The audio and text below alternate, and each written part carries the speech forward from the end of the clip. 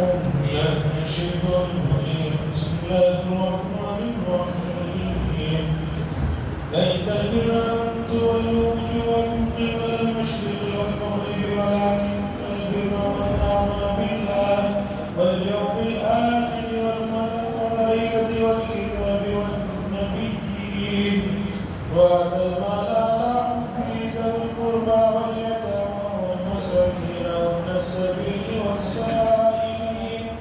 والسائلين وفي الرقاب وأقام الصلاة وآتى الزكاة والموفون بعهدهم إذا عاهدوا والصابرين في البأساء والضراء وحين البأس أولئك الذين صدقوا وأولئك هم المتقون. عزیزان گرامی، اسلام صرف اس کا نام نہیں ہے کہ آدمی زندگی کے کچھ شعبوں میں اس کا پابند رہے، باقی زندگی کی دوڑ میں وہ جیسے چاہے زندگی گزارے. اس کا نام اسلام ہے. اسلام نام ہے آپ کے دنیا میں آتے ہی دنیا میں آپ نے آنکھ ابھی کھولی یا نہیں کھولی، آپ کے کان میں ایک اذان دی جاتی ہے اور دوسرے کان میں اقامت کہی جاتی ہے.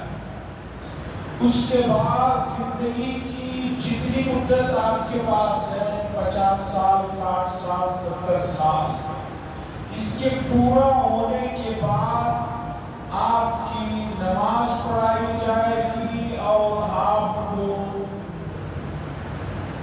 ایک مخصوص طریقے پر مٹی کے اندر دفنا دیا جائے گا. اس پوری زندگی میں ایسا کوئی بھی لمحہ نہیں ہے کہ شریعت نے آپ کو رہنمائی نہ فرمائی. امت کا حال یہ ہے کہ امت نے شریعت کو بہت چھوٹی چیزوں میں مخصوص کر رکھا. میں نے جو آیت پڑھی ہے اس آیت میں اس چیز کی طرف توجہ دلائی گئی.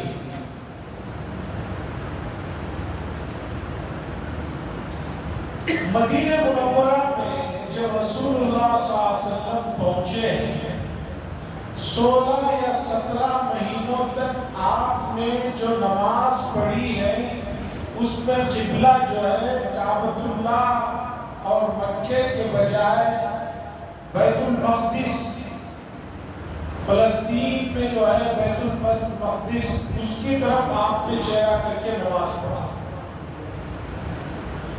16-17 مہینوں کے بعد اللہ کی طرف سے یہ حکم نازل ہوا کہ اب سے آپ حضرات اپنے چہرے کو نماز میں بطور قبلہ کعبہ کو بنا لیں.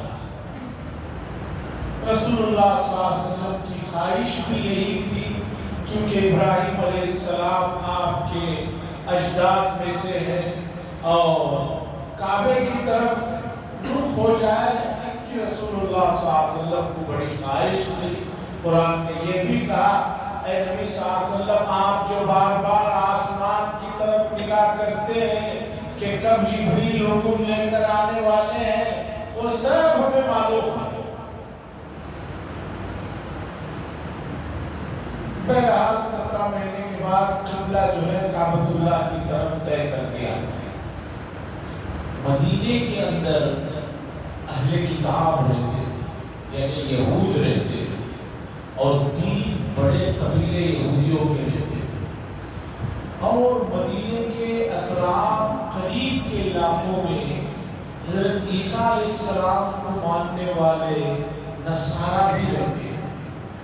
نجران وہاں سے ایک علاقہ ہے، مدینے سے تقریباً 500-600 کلومیٹر کا فاصلہ ہے، ایسے ہی کچھ ہوگا. نجران میں عیسائی رہتے تھے.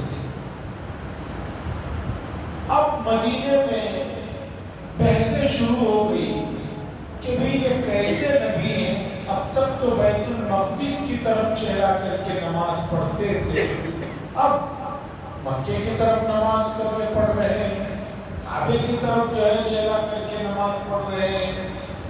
دو سوال ہے۔ یہودیوں نے مومنین کے دل و دماغ میں کنفیوز پیدا کرنے کے لیے، ان کو ذہنی پریشان کرنے کے لیے دو سوال کر کے چھوڑ دیے۔ پہلا سوال یہ ہے کہ جو لوگ 17 مہینے بیت المقدس کی طرف نمازیں پڑھے ہیں، اب ان لوگوں کو حکم ہے کہ کعبے کی طرف نمازیں پڑھو۔ تو سوال یہ ہے کہ یہ 17 مہینے جو بیت المقدس کی طرف نمازیں پڑھی ہیں، وہ نمازیں ہوئی یا نہیں ہوئی؟ اگر وہ قبلہ صحیح ہے تو پھر اس کی طرف چہرہ کرنے کا کیا مطلب؟ اور اگر آپ کہیں کہ یہ صحیح ہے تو اس کا مطلب وہ غلط ہوا۔ تو جو غلط ہوا، 17 مہینے جو نمازیں لوگوں نے پڑھی ہیں، ان نمازوں کا کیا ہوگا؟ اور دوسرا سوال جن لوگوں نے مسلمانوں کے ذہنوں میں یہ ڈال دیا کہ جو لوگ 17 مہینے قبلے بیت المقدس کی طرف چہرہ کر کے نماز پڑھ رہے تھے، اس درمیان میں بہت سے لوگ انتقال بھی ہوئے، اب انہوں نے کعبے کی طرف تو نماز پڑھی نہیں ہے، اب ان کا انتقال بھی ہو گیا ہے، اب ان کی نمازوں کا کیا ہوگا؟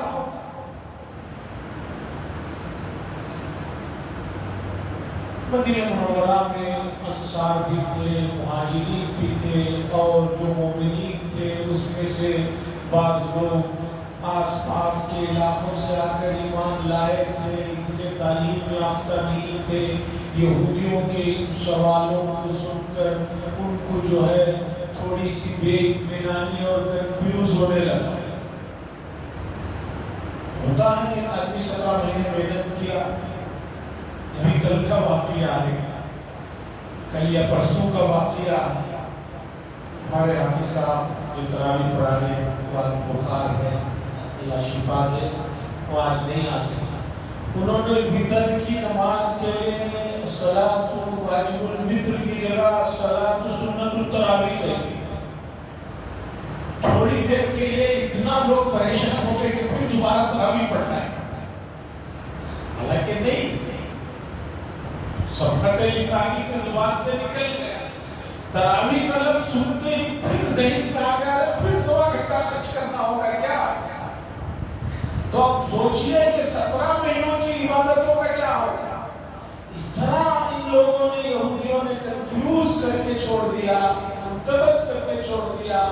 تو یہ آیت جو میں نے ابھی سورہ بقرہ کی لمبی آیت ہے، یہ نازل ہوئی جس میں اللہ تعالیٰ نے بات بتائی یہودیوں کو بھی اور مسلمانوں کو بھی اور تمام قرآن پڑھنے والوں کو، کہ بھئی بات دراصل یہ ہے کہ ہمیں یہ بتاؤ کہ پوری نیکی اور پورا ایمان اس میں آ کر رک گیا ہے کہ آدمی کس طرف چہرہ کر کے نماز پڑھے؟ کیا پوری اطاعت اور فرما برداری یہاں آ کر رکی ہے کہ میں چہرہ کس طرف کر کے نماز پڑھنا ہے؟ اب بس اسی میں پورا ایمان آ کر رہ گیا ہے، اس سے ہٹ کر کچھ کریں گے تو وہ ایمان نہیں ہے؟ کیا ایسا مسئلہ ہے؟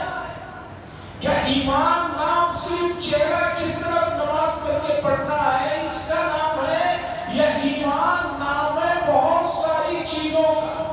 اللہ نے سوال کیا، پھر اللہ نے خود جواب دیا اور بتایا، لوگوں ایمان نام ہے اللہ کی فرما برداری کرنے کا۔ تو جن لوگوں نے اس طرف منہ چہرہ کر کے نماز پڑھا وہ بھی اللہ کے حکم پر تھے، اب اللہ نے حکم دیا ادھر کر کے چہرہ نماز پڑھو تو یہ بھی اللہ کا حکم ہے، وہ بھی اللہ کا حکم ہونے کی وجہ سے تب بھی فرما بردار تھے، اب اللہ نے اس طرف چہرہ کرنے کا حکم دیا تو اب بھی فرما بردار ہے۔ اس لیے جو لوگ اس طرف نمازیں پڑھی ہیں ان کی نمازیں بھی ضائع نہیں ہوں گی، جو انتقال ہو گئے ان کا بھی کچھ جو ہے نہیں جائے گا، اور جو ادھر پڑھ رہے ہیں ان کو بھی کچھ نقصان ہونے والا نہیں۔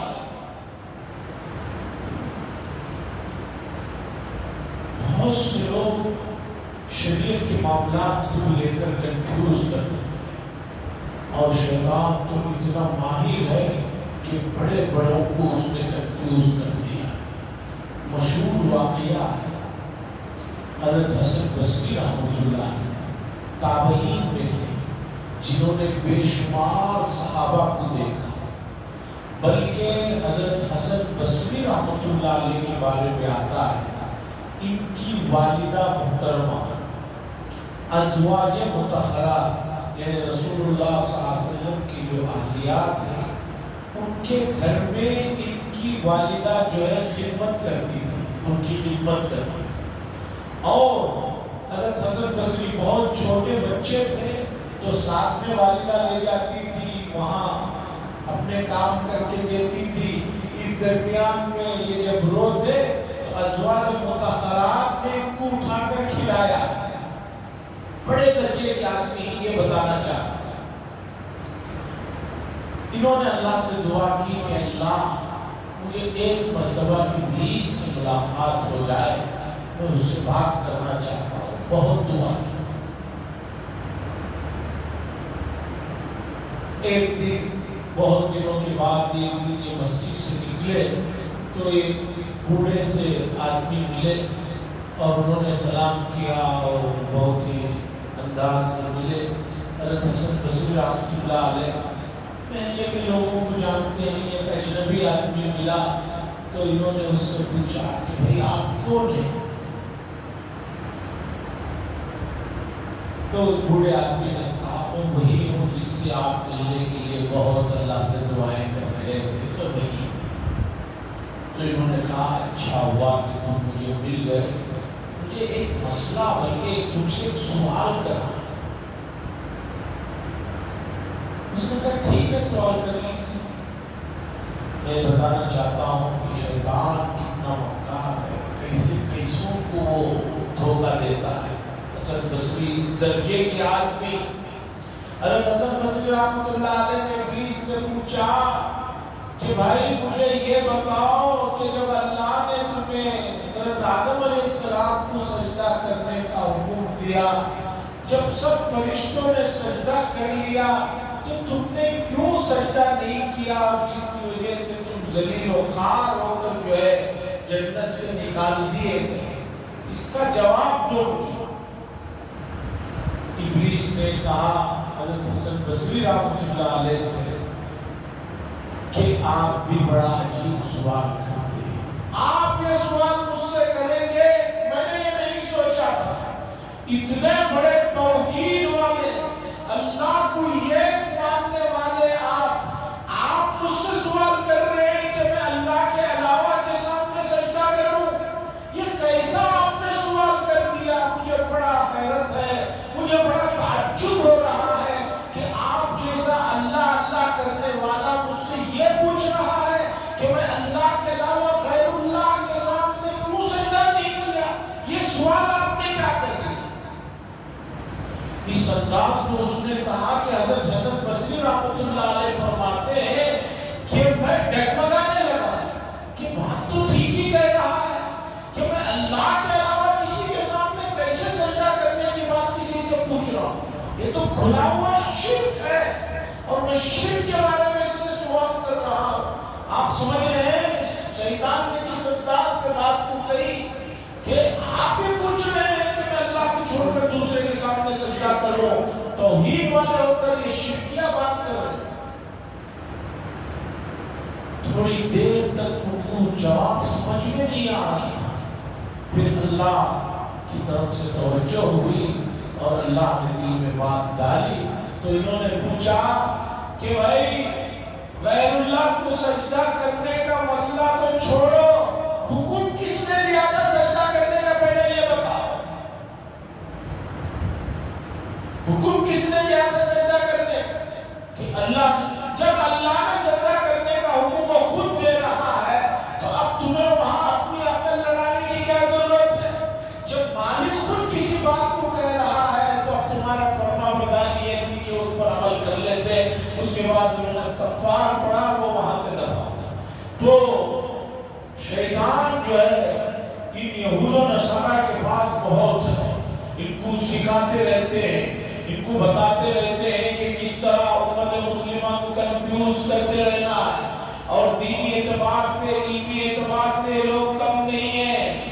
میں نے پہلے بھی کبھی بتایا ہے، حدیث کا ایک انڈیکس تیار کیا گیا ہے، اشاریہ، جس میں کون سی حدیث 10 بڑی حدیث کی کتابوں میں کہاں ملتی ہے، یہ حدیث کس صفحے میں ملے گی، کس جگہ ملے گی۔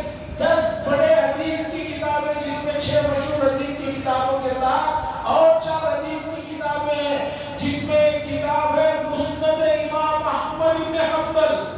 امام احمد بن حنبل نے جو روایتیں جمع کی ہیں، سعودی عرب سے جو تحقیق کے ساتھ چھپی ہے، تقریباً 50 جلدوں میں ہے وہ حدیث کی کتاب۔ بڑے سے بڑا آدمی بھی اس پوری 50 جلدوں کو کبھی نہیں پڑھا رہتا۔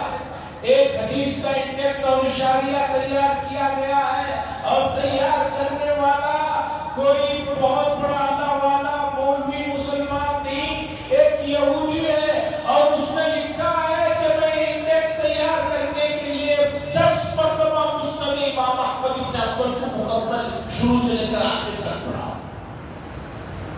کہاں کس طرح بہکانا یہ ان کو آتا ہے۔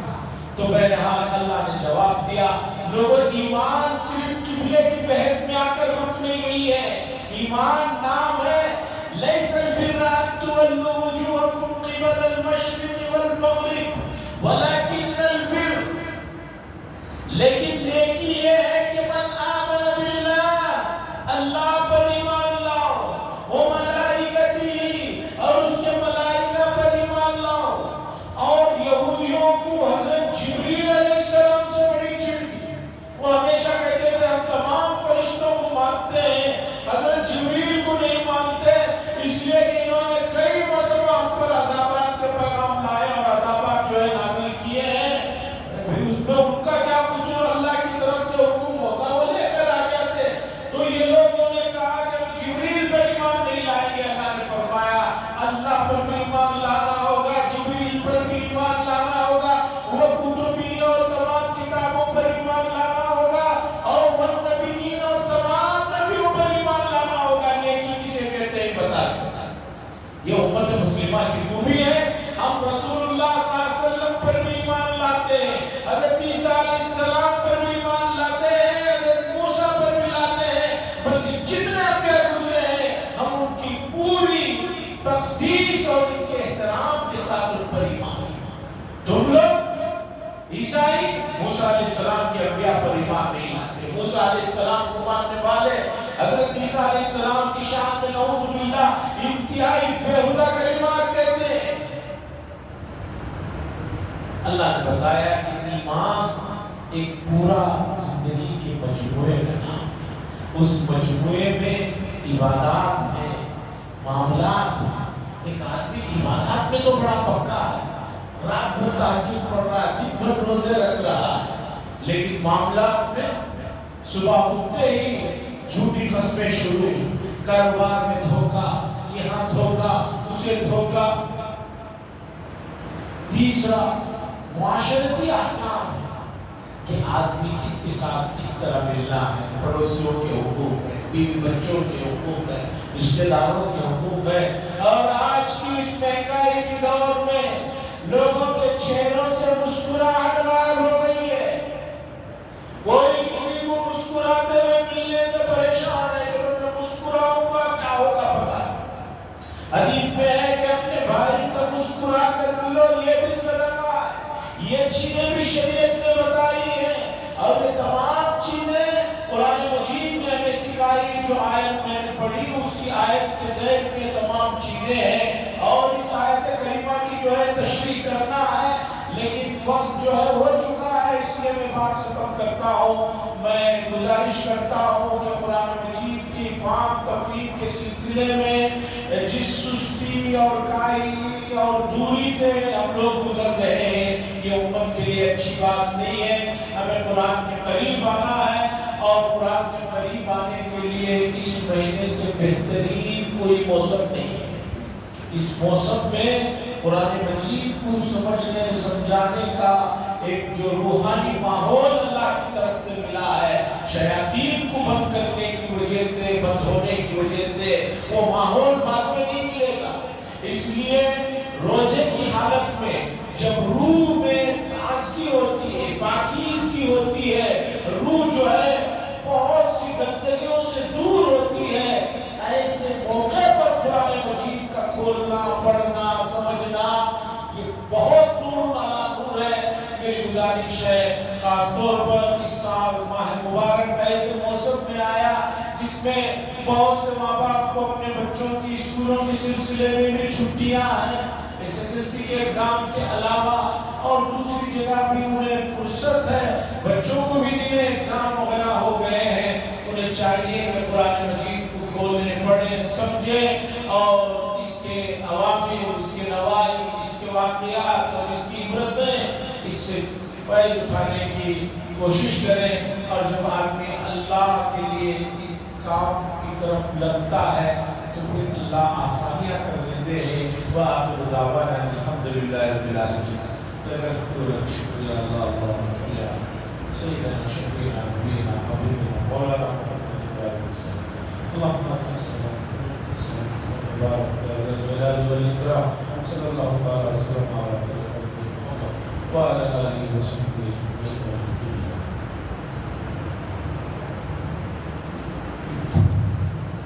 للہ۔